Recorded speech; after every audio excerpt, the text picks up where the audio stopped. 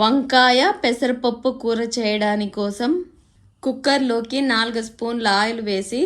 Oil వేడవ్వగానే 1 spoon ఆవాలు, కరివేపాకు, cut చేసుకున్న మీడియం సైజు ఆనియన్ ఒకటి, కారానికి సరిపడా 10 పచ్చిమిరపకాయలు తుంచి వేసి కట్ చేసుకుండే 250 గ్రామ్స్ వంకాయలు,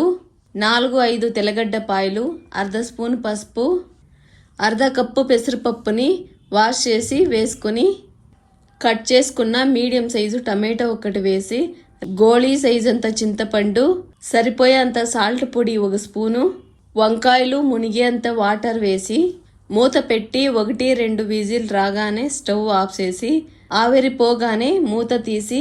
స్మూత్గా కాకుండా కచ్చా పచ్చగా స్మాష్ చేసుకొని స్టవ్ ఆన్ చేసుకొని అవసరమైతే కొద్దిగా వాటర్ వేసుకొని 1 ఉడుకు రాగానే స్టవ్ ఆఫ్ చేసి కొత్తిమీర జల్లి సర్వ్ చేసుకుంటే వంకాయ పెసరపప్పు పులిహోర రెడీ.